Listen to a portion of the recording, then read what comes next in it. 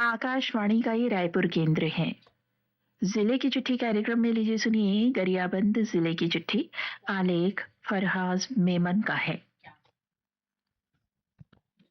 श्रोताओं नमस्कार। जिले की चिट्ठी के आज के अंक में हम लेकर आए हैं गरियाबंद जिले की चिट्ठी। इसके जरिए हम आपको अगले 5 मिनट में जिले में चल रही विभिन्न गतिविधियों से रूबरू कराएंगे।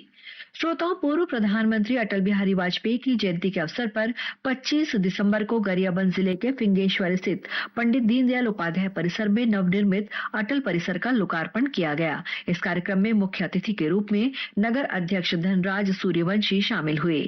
वहीं गरियाबंद स्थित कलेक्टोरेट परिसर में आयोजित कार्यक्रम में भाजपा कार्यकर्ताओं ने स्वर्गीय अटल बिहारी वाजपेयी की प्रतिमा पर माल्यार्पण कर उन्हें नमन किया। श्रोताओं, मुख्यमंत्री विष्णुदेव साय ने बीते 25 दिसंबर को जिलों और विभागों से 10 नवाचारों का चयन मुख्यमंत्री उत्कृष्टता पुरस्कार के लिए किया। इनमें गरियाबंद जिला भी शामिल है। जिले को उदगती सीता नदी टाइगर परियोजना के अंतर्गत बनाए गए हाथी ट्रैकिंग और अलर्ट ऐप के लिए विशेष सम्मान मिला है। ये एआई आधारित ऐप मानव वन्य जीव संघर्ष को लगभग शून्य तक लाने में सफल रहा है। इससे फसल क्षति और मुआवजे में भी कमी आई है। वहीं गूगल अर्थ इंजन आधारित रिमोट सेंसिंग और ड्रोन मैपिंग पोर्टल को भी उत्कृष्टता सम्मान के लिए चुना गया है। इस ऐप की मदद से वन कटाई और अतिक्रमण का तत्काल पता लगाया जा सकेगा। श्रोताओं, छत्तीसगढ़ के प्रयाग के नाम से प्रसिद्ध राजिम के त्रिवेणी संगम, महानदी पैरी और सोंढूर में 1 से 15 फरवरी तक राजिम कुंभ मेले का आयोजन किया जाएगा। मेले की तैयारियों को लेकर राज्य सरकार और स्थानीय प्रशासन द्वारा श्रद्धालुओं की सुविधा के लिए विशेष इंतजाम किए जा रहे हैं।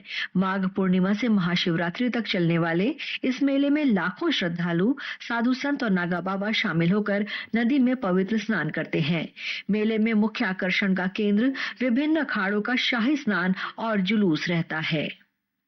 श्रोताओं, पल्स पोलियो अभियान के तहत जिले में 21 से 23 दिसंबर तक 0 से लेकर 5 वर्ष तक के बच्चों को पोलियो की दवा पिलाई गई। दवा पिलाने के लिए 830 बूथ बनाए गए थे। वहीं 1835 टीमों का गठन किया गया था।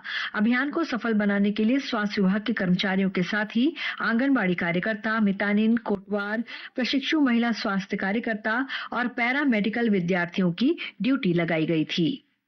जिले में इस वर्ष 91,000 से अधिक बच्चों को पोलियो की दवा पिलाने का लक्ष्य रखा गया था। श्रोताओं, मैनपुर विकासखंड के बरदुला गांव स्थित कृषि विज्ञान केंद्र ने किसान दिवस और विकसित भारत रोजगार और आजीविका गारंटी ग्रामीण मिशन जी राम जी अधिनियम पर लाइव वेबकास्टिंग का आयोजन किया। कार्यक्रम में कृषि विज्ञान केंद्र के प्रमुख डॉक्टर मनीष चौरसिया ने प्राकृतिक खेती, रबी फसल प्रबंधन और कीट रोग नियंत्रण पर मार्गदर्शन दिया। इस अवसर पर किसानों, सरपंच, पंचों सहित बड़ी संख्या में मनरेगा श्रमिक उपस्थित थे। श्रोताओं, प्रधानमंत्री ग्राम सड़क योजना के तहत बिंद्रा नवागढ़ विधानसभा के अंतर्गत 7 कच्ची सड़कों के उन्नयन के लिए 13 करोड़ 32 लाख रुपए स्वीकृत किए गए हैं। इस राशि से देवभोग विकास खंड में सुपेबेड़ा से परेवा पाली तक और गरियाबंद विकास खंड में मर्दाकला से करी डोंगरी तथा रावण डिगी से सेमरा तक पक्की सड़कें बनाई जाएंगी। वहीं मैनपुर विकास खंड में मुड़गेलमाल से स्याही डोंगरी, अड़गड़ी से कोम्बुढ़ा, कोड़ोभात से सालेभात और भाटीगढ़ से भटगांव तक पक्की सड़कों का निर्माण किया जाएगा। श्रोताओं, गरियाबंद जिले में स्थित धर्मनगरी राजिम को नगर पंचायत से उन्नत कर राज्य सरकार ने नगर पालिका का दर्जा दे दिया है। इस संबंध में राजपत्र में अधिसूचना जारी कर दी गई है। नगर पालिका का दर्जा मिलने से शहर को विकास कार्यों के लिए अधिक बजट मिलेगा, जिससे शहरी सुविधाएं और प्रशासनिक क्षमता में वृद्धि होगी। श्रोताओं, श्री राम लला दर्शन योजना के तहत बीते 25 दिसंबर को जिले से 94 श्रद्धालुओं का दल अयोध्या धाम के लिए रवाना हुआ। नगर पालिका अध्यक्ष रिखीराम यादव और समाज कल्याण विभाग के उप संचालक डीपी ठाकुर सहित अन्य जनप्रतिनिधियों ने गरियाबंद कलेक्टोरेट परिसर से 2 बसों को हरी झंडी दिखाकर रायपुर के लिए रवाना किया। ये श्रद्धालु रायपुर रेलवे स्टेशन से अयोध्या धाम के लिए रवाना हुए। इसी के साथ जिले की चिट्ठी का ये अंक समाप्त हुआ। अगले रविवार एक नए अंक के साथ हम फिर मिलेंगे। तब तक के लिए नमस्कार। जिले की चिट्ठी कार्यक्रम में आप सुन रहे थे गरियाबंद जिले की चिट्ठी। आलेख फरहाज मेमन का था।